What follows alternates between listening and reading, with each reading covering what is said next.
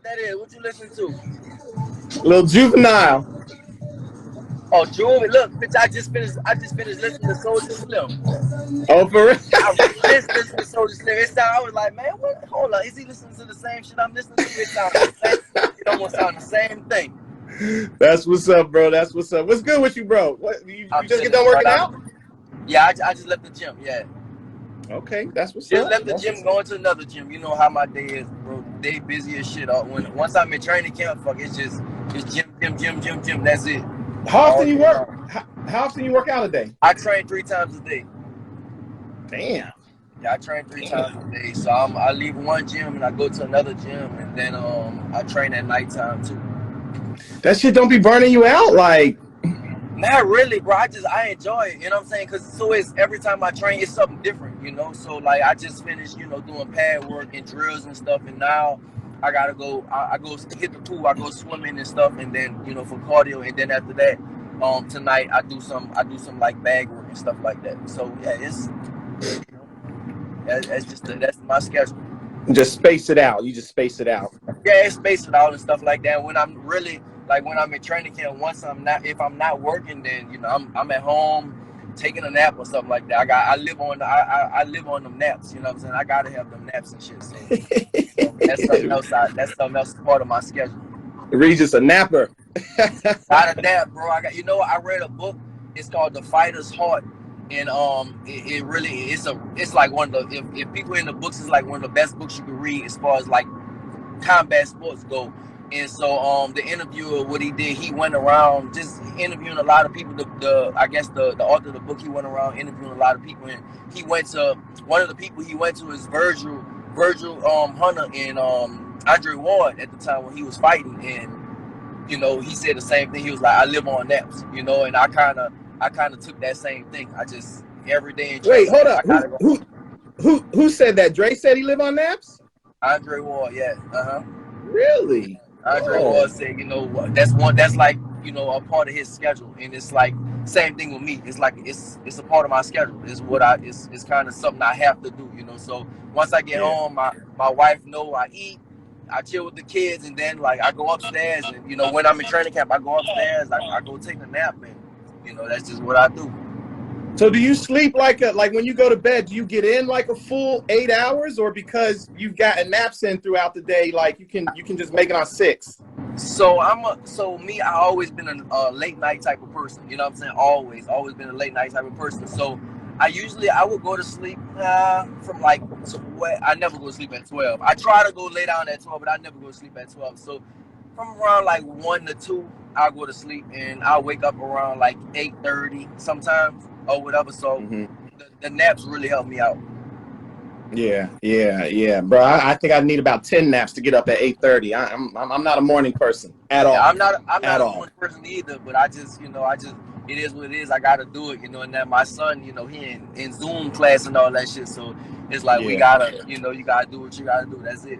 Gotta do what you gotta do. Yeah, I remember those days of having little kids. I'm done though now, brother. So I'm good. Right. Well, look, man. I know you usually talk to my girl Rainbow at FightHype, but you talking to the boss man now, so we gonna get into some juicy stuff. I know everybody wants to they focused on the little tank back and forth that y'all have, but I want to talk about something more realistic, a fight that's actually gonna happen. You versus Ivan Redkach on Triller. Before we get into the nuts and bolts of that, how the hell did that come about, bro? The last time I saw you, you were making your pro debut. Or I'm sorry, not your pro debut, your PBC debut, right? Yeah. Now you about to make your Triller debut. So like, how did we go from PBC to Triller? So I think my PBC deal is still in the works, right? And from what my manager told me, the PBC deal is still, I still definitely, want to be under the PBC and Al Heyman, the banner or whatever. So, but they offer me this, and we asked them, hey, is this cool? And they say yeah. So this came about. It was like, all right, that's what we gonna do. And that's kind of how it came about, I guess. But I mean, so did they reach out? Like, did they reach out to you? Did they reach out to your man? I mean, obviously, I know you're with management. tied to Hollywood and everything. So right, yeah, right. My manager, they reached out to my manager and they said, you know, we gonna what you do you want to fight on this card, you know, and it was like hell yeah, basically, you know. So what we did, you know, from what I heard, my manager, you know, talked to Al and what does Al think about it? Al was fine, you know. So and now here we are. were you kind of, I mean, obviously when they came to you, I'm sure they probably mentioned, look, it's going to be, you know, on the Jake Paul card. I know you felt a little some type of way. I know you've kind of changed your mind about that, but when it was first brought to you, were you kind of like, Jake Paul? Nah, bro, I'm good.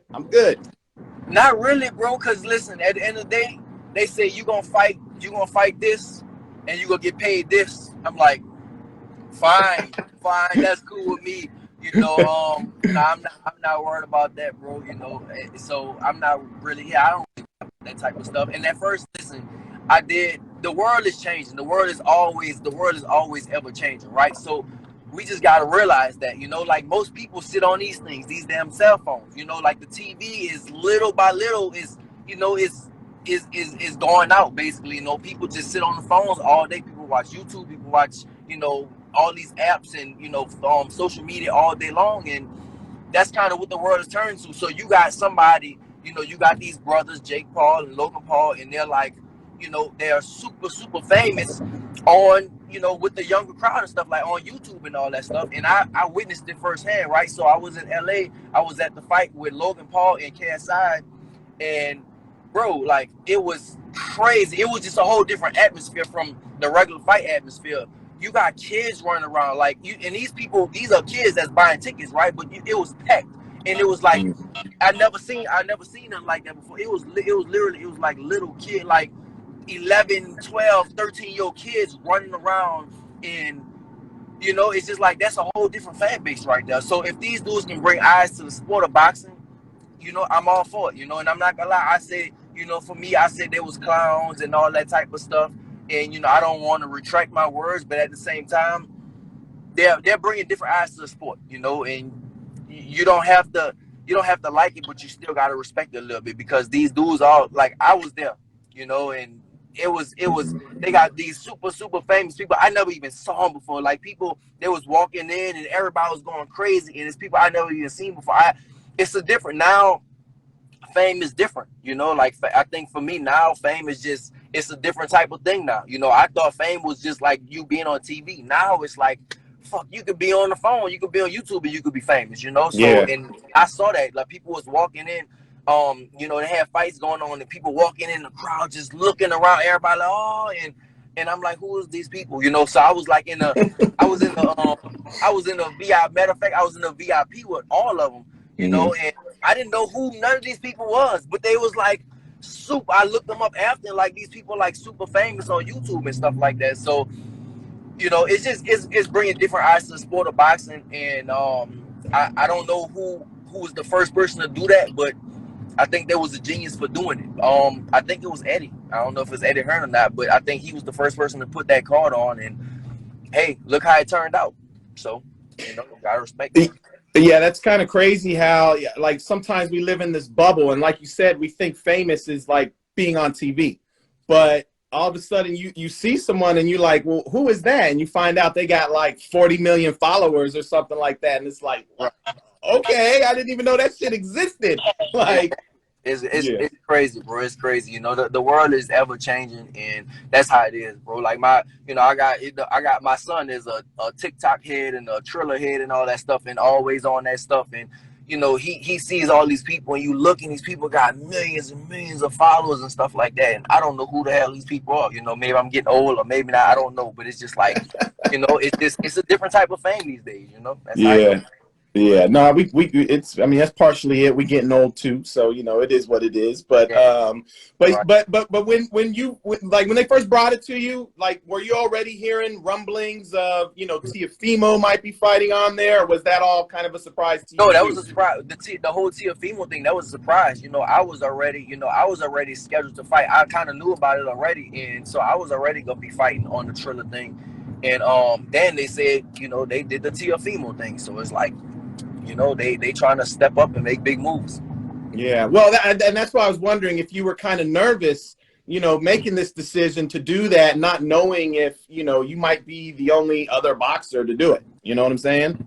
Right, exactly. You know, I mean, who else? I don't know if somebody else fought on the Triller thing. I mean, Well, I know, like Badu Jack fought on the Tyson one.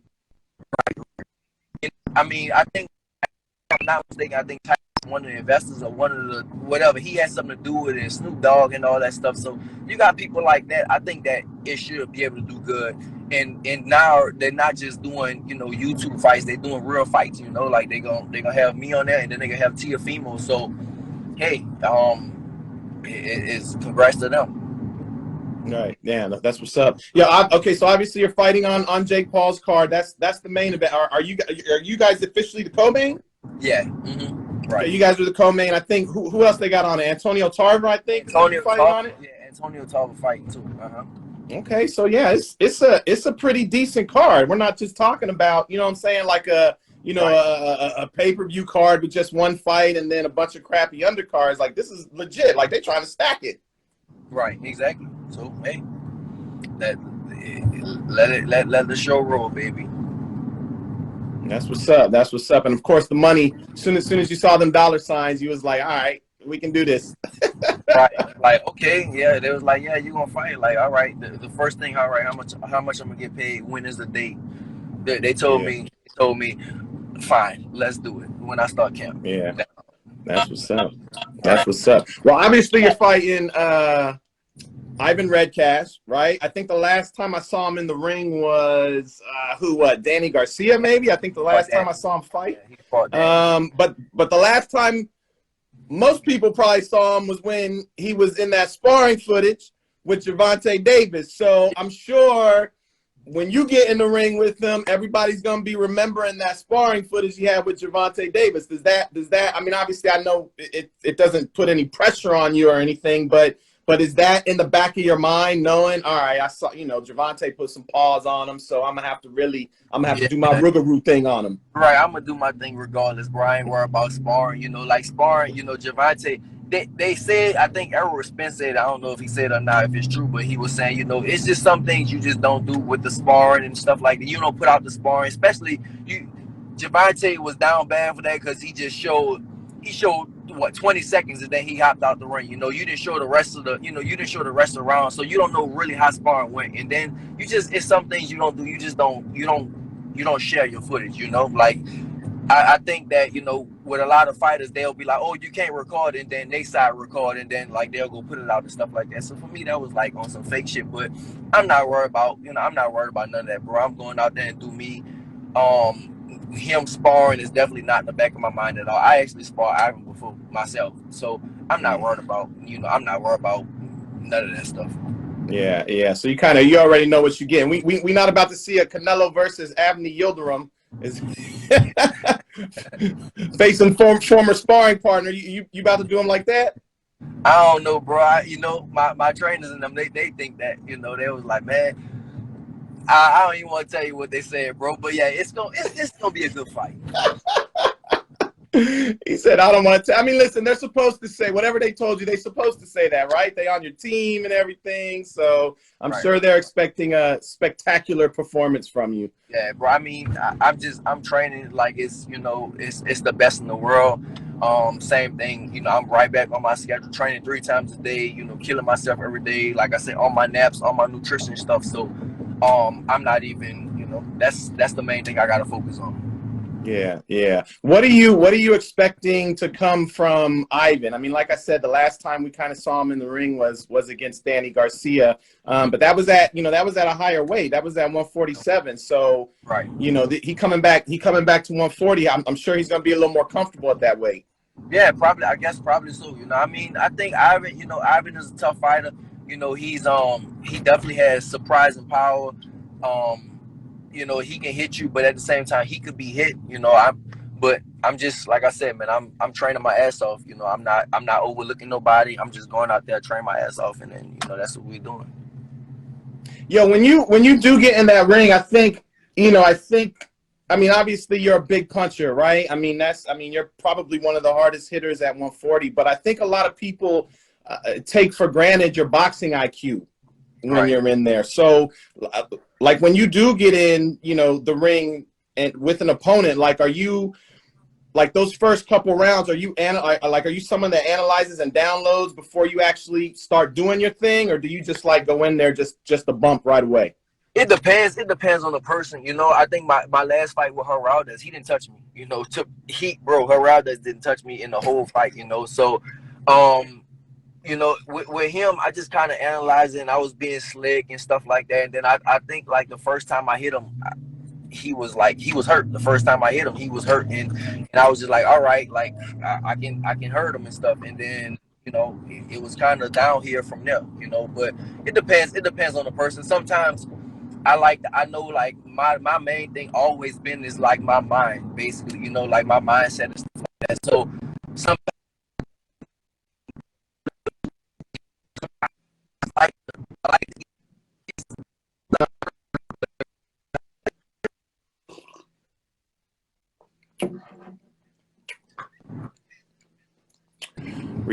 Regis, that you driving in that country. Yeah, you hear me now? You hear me? Yeah, I can hear you now. It was a little choppy there, but I know you down there. Where are you down in Texas? I'm in Texas. Yeah, I'm in Houston.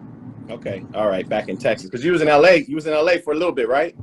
I was in LA just for 2 weeks. That's all. We start training camp in LA. We always that's kind of like something we start training camp in LA just to get the, you know, just to do it. That's all. Basically, go to LA for a little while and chill and relax, and you know. That's it. Yeah. Head back down south. You like the work down in Texas a little better than out in LA, or vice versa? Yeah, bro. I mean, listen, when I lived in LA, bro, I lived on vacation. To be honest, you know, I got one loss on my record, right? I got one loss on my record. I still feel like I won that fight with Taylor, but the one loss on my record, it was when I broke my schedule, right? And that's something you're never supposed to do.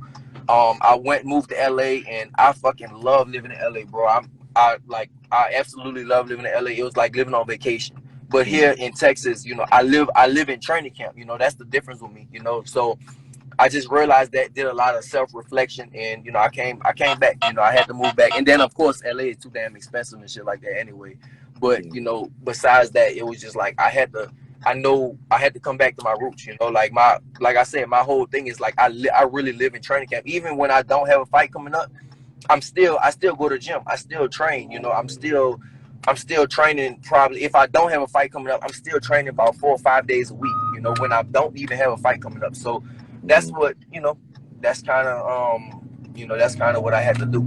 Yeah. Yo, you mentioned the Taylor loss. That was over in England, and I'll be honest with you, man. When you went over there, and I'm not looking for an excuse or anything like that. I mean, you know, fuck it, whatever. It is what it is. But when you went over there, like I saw you doing so much, like mad crazy interviews. I'm sure they're trying to introduce you to the UK market and this, that, and the other. But you were doing mad interviews. You were going all over the place, making appearances. Like, was that normal for you before a fight? Was that new for you leading into a fight? Like, I never did that many, you know, and it was like, yeah, I mean, I always get mixed things. My daddy thought that they set me up, and you know, I got my team and stuff, my people that was over there with me and stuff, they was like, man, they set you up, and it was a lot of things that went on. They was like breaking us up, they was splitting us up and stuff, you know, and of course I don't want to like make excuses and stuff. Like when you start thinking about that type of stuff that, you know, that went on,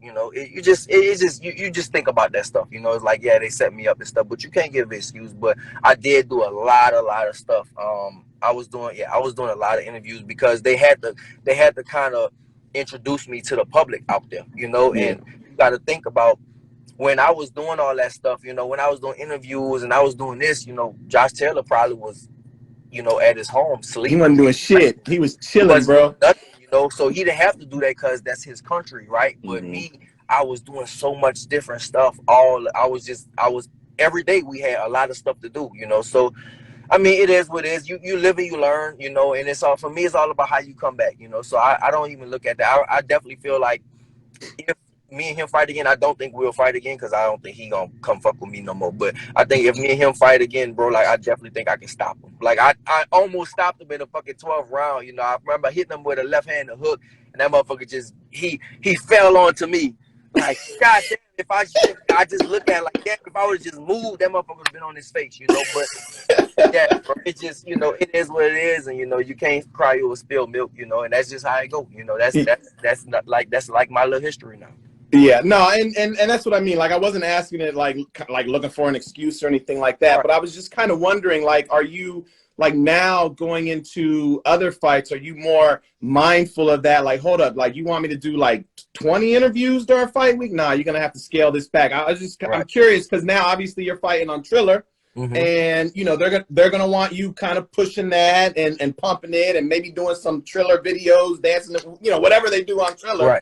So like, is that something that you're going to be mindful of for this fight, or is it just, you know, it's just part of the job? Yeah, definitely for sure. You know, now, you know, we just you just learn. You learn from your lessons and stuff like that. You learn from your mistakes, and you know, when it's not comfortable for you, you know, some things I was comfortable with doing, you know, it was just that was how it was. But some things is just like, if it's not comfortable, don't do it, you know, and that's just kind of how, you know, you kind of go, you got to go like that basically. When it's not comfortable for you, just tell them. Just be straight up with them and tell them, and don't try to please everybody, because at the end of the day, I'm the one got to fight, you know. I'm not, nobody else is fighting except me. So, you know, I was trying to, for me, it was like I was trying to please everybody. I was doing this and doing that and doing this, and it was just like, I don't, you know, I don't need to do all this. You know, I need to be probably at my room, like chilling and resting, you know. That's what I probably need to do, you know. But like I said, man, I learned, you learn from your lessons, you learn from your mistakes, and you know, it's all about moving forward. Yeah, definitely. Well, now you're moving forward. April 17th, Ivan Redkach. I don't want to look past him. Obviously, that's an important fight. Every fight is tough, and you want to concentrate on that. But I do know you've mentioned Adrian Broner's name as a possible future opponent. There's other guys. I mean, I saw the little, you know, like I said when we started, the little tank beef. Although I don't think that's realistic. I don't see Gervonta fighting at 140 anytime soon. He actually is. I don't know if you saw the news. He's fighting. I don't believe it. I don't believe it. Who put it out? Who put it out there? I didn't. Who? Like, did they announce it? Did Tank announce it? I don't think the fighter. Tank announced it. Tank announced he's fighting Mario Barrios next. I think Tank announced it. Yeah. No way. No way. Yeah. I don't believe it. I'm gonna have to check. What he put on Twitter, on Instagram? I don't believe it. I think he put it on Twitter, bro. I think he gonna fight him, bro. Yeah, I don't believe. I see. I'm gonna have to look. You trying to break me? I don't believe it until I see a fighter. You know how it is, bro. You know how it is. But I think Tank put it out there. I think Tank probably. I mean, I don't know. We'll see. I don't remember him putting out, I'm fighting Mario Barrios next. I think he might have like put. You know, Tank like to troll sometimes. You know what I'm saying? He got a little 50 Cent in him and stuff, but. Until if he announced it, then okay, it's happening. But until he announces it, or Floyd or somebody from their team, I ain't believing it. It just doesn't make sense. I mean, does that even make sense? Like, why would he? Yes, you know why? Listen, so the whole thing, what happened, I think the me and Tank beef started like this, right? So after the fight, after our last fight, we all fought together, right? I was supposed to fight the next fight. They promised me I was supposed to fight Barrios for that belt. You know, because my thing is I want to get the belts again, right? So my thing, I want to fight him for the belt. They say, all right, you gonna fight Barrios. Next thing I hear, Barrios can't make 140 no more. He's going up to 147. He cannot. He's too big. Barrios is tall. He's real tall. He's skinny Mexican dude. There was like, and he did struggle to make weight. I mean, it was not easy for him to make weight. Right. So there was like, man, he can't do it. He got to go to 147 in his next fight, right? I was like, all right, fine, you know, and then, you know, I'll go ahead and get the belt some type of way from whoever, right? So then I heard that Tank is gonna fight Barrios at 140 for that belt. And that's why I was like, for me, I think I put it out. I was like, man, that's some bitch ass shit, because he was supposed to fight me for that belt, and he told me he going to 147. Now all of a sudden he gonna stay at 140 to fight a fucking 30-pounder, 35-pounder, you know. And I was like, you know, that's some bitch ass shit. And then people took it and ran, and people start posting me and Tank, and then, you know, Tank said he'll fuck me up, and then I went back, and then that was recent. That was just the other day, right? That's when he put that out. And then you came back and the sugar in the tank and right. Exactly. So, you know, that's kind of how that started. But I'm not. I mean, even his last tweet to you, that seemed like it just came out of left field. Like, I'm not like that seems like a troll move, sort of. That almost seems like, watch, I'm gonna trick everyone. They're gonna think I'm moving to 140. I'm gonna fire shots at Regis. That's why I'm like having a hard time believing. It just doesn't make any sense to me. The dude, like, I mean, I guess the only reason to do that is to maybe go get that belt, so you could say, he go get that belt. I think it's gonna happen. Listen, I'm pretty sure it's gonna happen because Are you? Yes, I'm pretty sure it's gonna happen. He's gonna. Would you bet money on that? I don't bet, but I don't bet money. But I think I would just say I'll bet. Basically, I think he's gonna get that belt because to me, Barrios isn't that good, and I think he would beat Barrios. I still think Tank will beat Barrios, right? Okay. The man behind Al Heyman is a fucking genius. He is. He's a fucking boxing whatever. He's a genius, right? He is. Listen, I think that fight is gonna happen. I really think that fight is gonna happen. He's gonna get that one. He's gonna get the belt at 140. We might have. Oh man, if I had something to bet, I would bet you something. We might have to. I'm telling you, bro. I know how this like when you guys have like little breaking news and stuff. Like I know how people operate and how they drop nut. And him fighting Barrios. It's like, to me, from what I know. Yeah, I think it's some troll shit. I think it's gonna happen, but it might be you never know. You never know what's gonna happen, but I think it's gonna happen. But hey, we'll see. But I think I think he'll beat Barrios, but I think he's too little for 140.